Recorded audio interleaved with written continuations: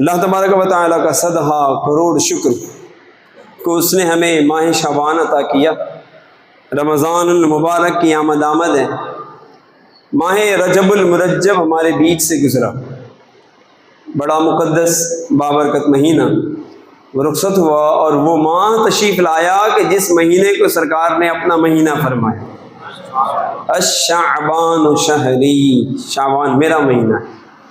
یہ ماہ مقدس ہمارے بیچ جلوہ فکن ہے۔ گزرنے والا مہینہ رجب تھا، یہ شعبان ہے۔ ان مہینوں میں، ان ایام میں آقا دو عالم صلی اللہ علیہ وآلہ وسلم ایک بڑی پیاری دعا کیا کرتے تھے، اللہم بارک لنا فی رجب و شعبان وبلغنا رمضان۔ اے اللہ ہمارے رجب و شعبان میں برکت دے اور ہمیں رمضان تک پہنچا دے۔ پھر کہیں دعا فرمائی گی، اللہم بلغنا رمضان بصحت و عافیہ، اے اللہ ہمیں صحت و عافیت کے ساتھ رمضان تک پہنچا دے۔ کہ رمضان کا مہینہ پا لینا یہ خوش بختوں کا حصہ ہوا کرتا ہے۔ تو ماہ شعبان ہے ہمارے بیچ جلوہ فکن، اپنی اندر یہ بڑی یادگاریں لیے ہوئے ہے۔ ان میں سے ایک عظیم یادگار وہ یہ ہے کہ 2 شعبان المعظم کو نسبت ہے ہمارے آقا و مولا و ملجا و ماوا، ہمارے محسن، ہمارے امام اعظم ابو حنیفہ نعمان ابن ثابت سے رضی اللہ تعالیٰ عنہ۔ امام اعظم ابو حنیفہ ہمارے جو امام ہیں، ان کی تاریخ وصال ہے 2 شعبان۔ ایک بہت بڑی تعداد ہے مسلمانوں کی جو اپنے اس مجتہد کی تعریف سے ناواقف ہے، اس عظیم امام کی تعریف، ان کی سیرت سے ناواقف ہے، حتیٰ کہ لوگوں کو صحیح معنوں میں ان کا نام بھی لینا، یوں تو سبھی کو یاد ہوتا ہے کہ ان کا نام اس میں گرامی ہے ابو حنیفہ، ان کا نام نہیں ہے۔ ابو حنیفہ ہے حضرت کی کنیت، ان کا نام ہے نعمان، والد کا نام ہے ثابت، کہلاتے ہیں نعمان بن ثابت۔ ابو حنیفہ آپ کی کنیت ہے، مگر اللہ تبارک و تعالیٰ نے اس کنیت کو اتنی شہرت دی کہ لوگ آپ کے نام سے واقف نہیں، آپ کی کنیت سے آپ کو جانتے ہیں۔ پوری دنیا میں کروڑوں آپ کے مقلد ہیں، بلکہ کسی امام کے سب سے زیادہ فالوورز جو دنیا میں پائے جاتے ہیں وہ امام اعظم کے، حنفی ہیں، ہم بھی حنفی ہیں۔ ہندوستان بر صغیر بلکہ پورا ایشیا جو ہے نا، ان میں اکثریت جو ہے وہ حضرت امام اعظم ابو حنیفہ رضی اللہ تعالیٰ عنہ کے مقلدین کی ہے، ان کو فالو کرنے والوں کی۔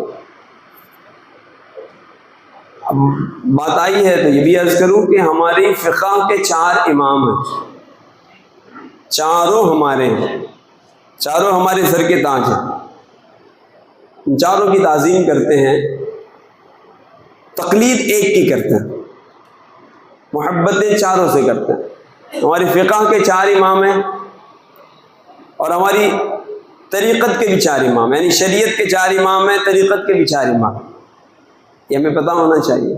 شریعت کے 4 امام کون سے ہیں؟ تو امام اعظم ابو حنیفہ، یہ امام اعظم ہے۔ امام اعظم کا معنی ہی ہوتے ہیں سب سے بڑا امام۔ ایک امام ہے حضرت امام شافعی، ایک امام ہے حضرت سیدنا امام مالک، اور ایک امام ہے حضرت سیدنا امام احمد بن حنبل۔ امام احمد بن حنبل کے جو مقلد ہیں وہ حنبلی کہلاتے ہیں۔ تو کیا سوال پیدا ہوگا، اس وقت روئے زمین پر حنبلی ہیں؟ بے شک ہیں، اور آپ کے علم میں اضافہ فرمائیں، ہمارے غوث اعظم حنبلی ہیں، حنفی نہیں ہیں، آپ حنبلی تھے، فقہ حنبلیہ کے ماننے والے تھے غوث پاک۔ یہ یوں تو حنبلی ہیں مگر طریقت میں حضور غوث پاک یہ اماموں کے بھی امام ہیں۔ اچھا، ایک ہے اجتہاد اور امام ہیں ہمارے حضرت سیدنا امام مالک، تو مالکی بھی پائے جاتے ہیں روئے زمین پر۔ امام شافعی کے مقلد تو ہندوستان میں کیا ہمارے بمبئی میں بھی پائے جاتے ہیں، اور بہت ہوتے ہیں، ہو سکتا ہے آپ میں بھی کوئی شافعی ہو، کوئی حرج نہیں۔ تو پتہ یہ چلا کہ 4 ہماری شریعت کے امام ہیں اور ان کے مقلدین پوری دنیا میں پائے جاتے ہیں اور پائے جاتے رہیں گے، یہ ہوں گے۔ ان کے فقہ میں فرق ہے، یعنی فقہ کسے کہتے ہیں؟ شریعت مطالعہ کے اصول و قوانین یہ مختلف ہیں، لیکن ان کے عقائد مختلف نہیں۔ عقائد میں سب کے سب یہ مسلمان اور اہل سنت ہیں، یہ چاروں کے چاروں، اور ان چاروں کے ماننے والے بھی وہ اہل محبت، اہل عقیدت، اہل سنت۔ ان کے عقائد میں کوئی بھی کسی بھی قسم کا اختلاف نہیں۔ اسی طرح سے ہماری جو طریقت کے 4 امام ہیں، اس میں سلسلہ قادریہ، چشتیہ، نقش بندیہ، سہروردیہ، یہ بات آئے گی تو انشاءاللہ اس کو بھی تفصیل بیان کیا جائے گا۔ بس اتنا ہی یاد رکھیں کہ ہمارے طریقت کے بھی 4 امام۔ امام اعظم ابو حنیفہ رضی اللہ تعالیٰ عنہ یہ تابعی بزرگ ہیں۔ تابعی اس شخصیت کو کہتے ہیں کہ جس نے صحابہ کرام علیہ رضوان کو دیکھا، ان کی صحبت پائی۔ امام اعظم ابو حنیفہ رضی اللہ تعالیٰ عنہ نے 1 2 نہیں متعدد صحابہ کرام علیہ رضوان کی صحبت پائی ہے، خصوصاً حضرت انس بن مالک بہت مشہور صحابی۔ ان کے علاوہ اور بھی کئی صحابہ کرام علیہ رضوان کی بارگاہوں میں آپ کی حاضریاں ہوئی ہیں امام اعظم ابو حنیفہ کی۔ تو آپ ہیں تابعی، اور امام اعظم کے اپنے بہت سے شاگرد ہیں، جن میں بڑے مشہور و معروف شاگرد ہیں حضرت امام محمد اور امام ابو یوسف رحمہم اللہ۔ یہ دونوں بھی اپنے وقت کے بہت بڑے امام ہیں، مگر یہ دونوں کے دونوں شاگرد ہیں حضرت امام اعظم ابو حنیفہ رضی اللہ تعالیٰ عنہ۔ امام اعظم ابو حنیفہ رضی اللہ تعالیٰ عنہ 80 ہجری یا بعض نے 70 لکھا ہے، 70 ہجری میں آپ کی ولادت ہوئی۔ اب غور فرمائیں، نبی کریم صلی اللہ علیہ وآلہ وسلم کے ہجرت فرمانے کے بعد آپ نے مکے سے مدینہ ہجرت فرمائی، اور ہجرت کے بعد عقائد عالم صلی اللہ علیہ وآلہ وسلم نے مدینہ کو برکت عطا فرمائی۔ کئی سال تک پھر آپ کا وصال ہوا۔ آپ کے وصال یعنی آپ کی ہجرت کے 80 سال کے بعد، 70-80 سال کے بعد سیدنا امام اعظم ابو حنیفہ رضی اللہ عنہ کی ولادت ہوئی۔ یہ وہی امام اعظم ہے کہ جن کے متعلق عقائد عالم صلی اللہ تعالی علیہ وآلہ وسلم کا ارشاد ہے، اور بعض محدثین نے کہا ہے کہ یہاں سرکار کے اس ارشاد میں جو شخصیت مراد ہے وہ امام اعظم ابو حنیفہ ہیں۔ کہ عقائد عالم صلی اللہ علیہ وآلہ وسلم نے ارشاد فرمایا تھا، علم اگر اوج ثریا پر بھی ہو تو ایک شخص ہوگا میری امت کا، ایک فرد ہوگا جو فارس کا رہنے والا ہوگا، وہ وہاں سے بھی علم کو لے کر آئے گا، ثریا پر بھی علم ہو تو وہ اسے لے کر آئے گا۔ اور محدثین کہتے ہیں کہ اس مراد حضرت سیدنا امام اعظم ابو حنیفہ ہیں رضی اللہ تعالیٰ۔ ہم ان کے مقلد ہیں۔ مقلد کا معنی کیا ہے؟ مقلد کہتے ہیں وہ کہ جو آنکھ بند کر کے اپنے امام کی تقلید کرے۔ آنکھ بند کر کے ہم تقلید کرتے کیوں ہیں؟ اس لیے کہ ہم خود امام نہیں ہیں تو امام کی تقلید کرتے، اور ہر امام کی تقلید بھی نہیں کی جائے گی، تقلید اس امام کی جائے گی کہ جو خود مجتہد ہو۔ یہ سارے ورڈ استعمال ہو رہے ہیں، تھوڑا آپ کے لیے دشوار ہوں گے، مگر اب بات مختصر میں بتانی بھی ہے اور بتانا ضروری ہے، چونکہ ہمارے محسن ہیں اور اپنے بزرگوں کو ہم اس طور پہ یاد نہیں کریں گے تو قوم تو ویسے ہی بھول جانے والی ہے، اس نے تو یاد نہیں رکھنا ہے، اور ہم نے انہیں یاد رکھنا ہے، بلکہ ہماری نسلوں کو یہ بتانا ہے کہ ہم مقلد ہیں امام اعظم ابو حنیفہ کے، ہم حنفی کہلاتے ہیں، حنفی ابو حنیفہ رضی اللہ تعالیٰ عنہ کے مقلد کو کہتے ہیں۔ تو امام اعظم ابو حنیفہ یہ مجتہد ہیں، اور یہ جو 4 امام ہیں یہ بھی مجتہد ہیں، اور مجتہد کسی کا مقلد نہیں بن سکتا، یعنی کہ آنکھ بند کر کسی کی تقلید نہیں کرے گا، کہ اللہ نے اس کو اتنی صلاحیت دی ہے کہ وہ قرآن و حدیث سے اجماع و قیاس کے ذریعے، یعنی قرآن و حدیث سے وہ خود مسائل کا استنباط کرتا ہے۔ اب کسی کے ذہن میں سوال پیدا ہوگا کہ شریعت ایک، قرآن ایک، حدیث پاک وہی، عقائد عالم صلی اللہ علیہ وسلم کے ارشادات، اقوال و احوال و افعال وہی تو حدیث ہیں، تو ہمارے امام 4 کیوں ہیں؟ وہ اس لیے کہ عقائد عالم صلی اللہ علیہ وسلم نے اپنی حیات طیبہ میں مختلف انداز اختیار فرمائے، جن کے درمیان آپ تشریف لائے کفار و مشرکین کے درمیان، تو انہیں اسلام کی طرف راغب کرنے کے لیے عقائد عالم صلی اللہ علیہ وسلم نے مختلف انداز اختیار کیے۔ اس کے علاوہ مشیت الہیہ یہ تھی کہ میرا حبیب پہلے یہ کرے، پھر یوں کرے، پھر یوں کرے، اور پھر اس طرح کرے۔ تو آقا عالم صلی اللہ علیہ وسلم نے اپنی حیات طیبہ میں جو انداز اختیار کیے ہیں نا، اللہ تبارک و تعالیٰ کی مشیت میں یہ بات رہی کہ اللہ عز و جل نے 4 فقہ بھی یوں مسلمانوں کو عطا فرما دی کہ ان 4 فقہ میں ان کے مقلدین کسی نہ کسی امام کو فالو کر کے، ان کی اتباع کر کے میرے محبوب صلی اللہ علیہ وسلم کی اداؤں کو ادا کرتے رہیں گے۔ میرے محبوب کی کوئی ادا میرے بندے نہ چھوڑیں، جو میرے محبوب نے کیا ہے کسی نہ کسی امام کے مقلد ہو کر وہ میرے محبوب کی اداؤں کو ادا کرتے رہیں۔ نبی کریم صلی اللہ علیہ وسلم نے کبھی ہاتھوں کو ناف کے نیچے باندھا تو حنفی ہو کر میرے محبوب کی اس ادا کو ادا کر رہے ہیں۔ کبھی آقا عالم صلی اللہ علیہ وسلم نے ناف کے اوپر بھی ہاتھ باندھا ہے تو امام شافعی رضی اللہ عنہ کے مقلدین شافعی ہو کر ادائے مصطفیٰ کو ادا کر رہے ہیں۔ کئی دیگر ائمہ نے نبی کریم صلی اللہ علیہ وسلم کی کسی ادا کو اختیار کیا تو دیگر ان کے مقلدین ان اداؤں کو ادا کر رہے ہیں۔ اچھا، اس کو سمجھنے کی کوشش کریں۔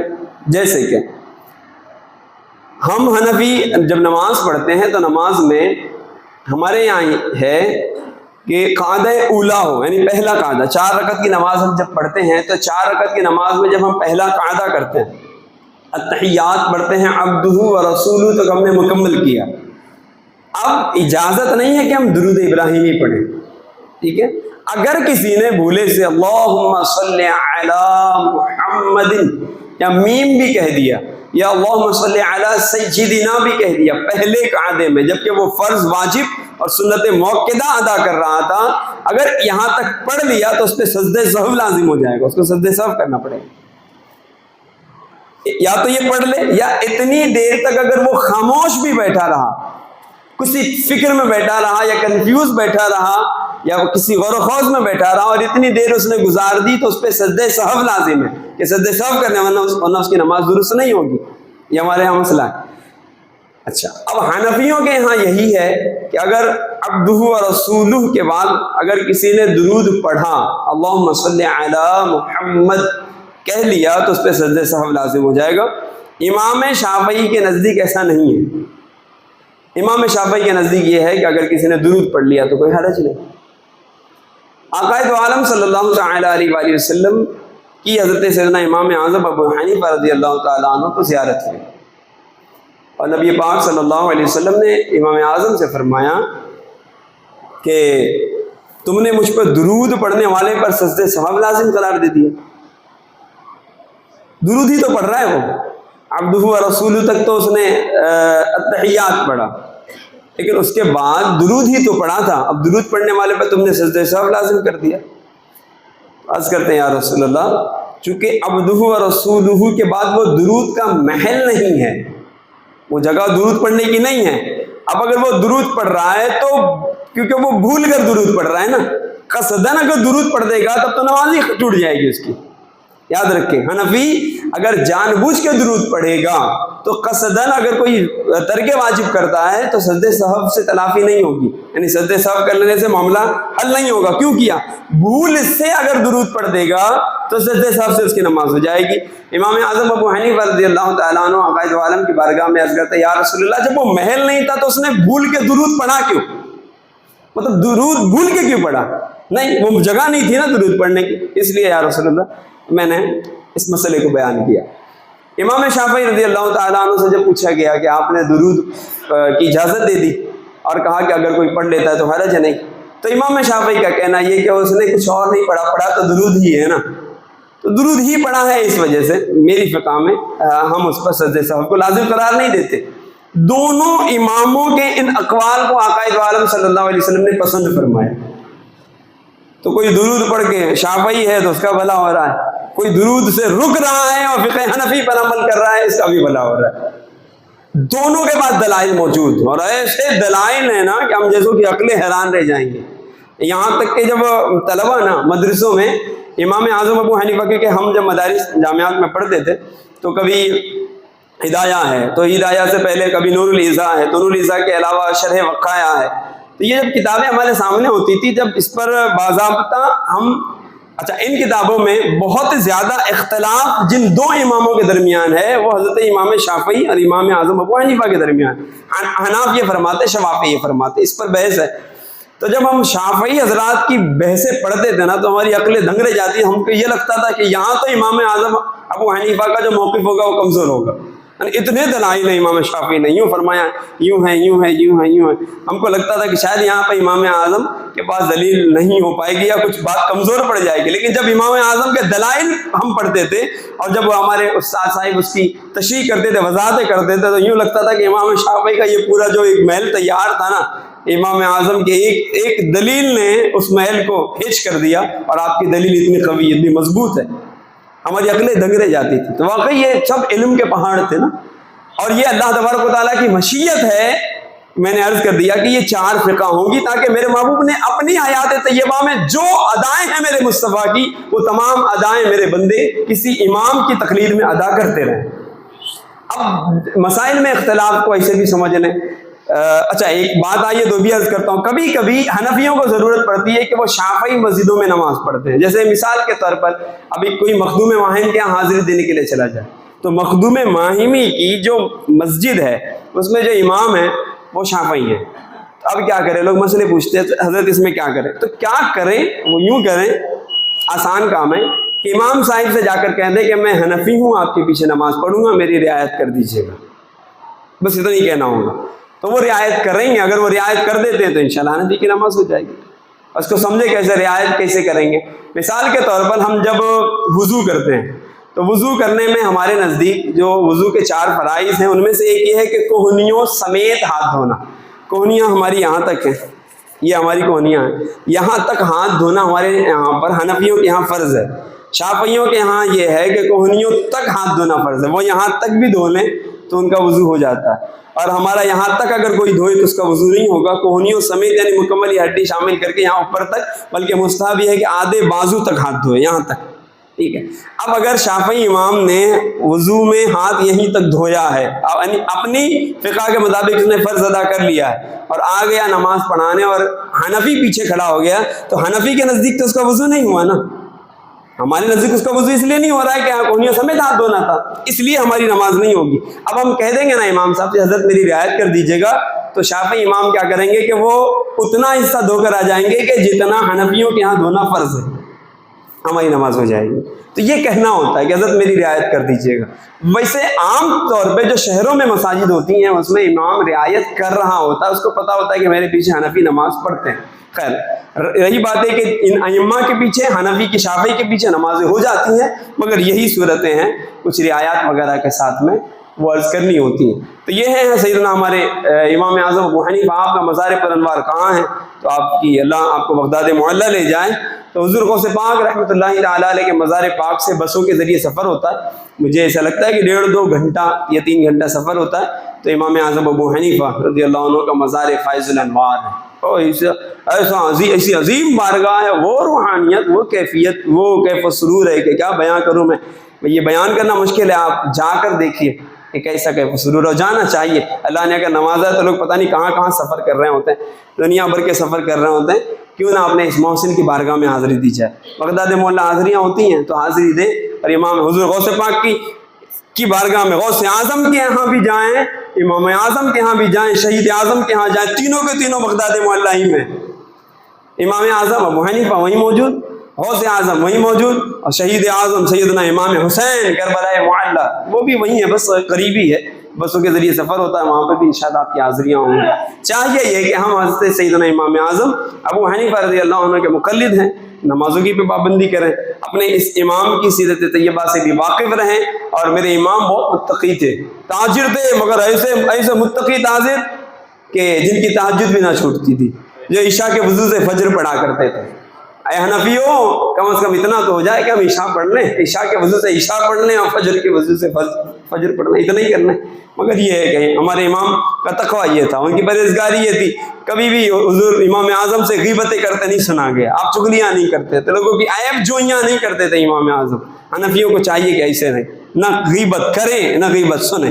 آپ بھی نیت کرنے کے انشاءاللہ ہم نہ کسی کی غیبت کریں گے. کوئی کرتا ہو تو اس کو کہیں گے بھائی کسی بھی مسلمان کی برائی ہمارے سامنے نہ بیان کرو، کیونکہ کسی مسلمان کی برائی بیان کرنا اور اس کو سننا یوں ہے کہ جیسے اپنے مرے ہوئے بھائی کا گوشت کھانا.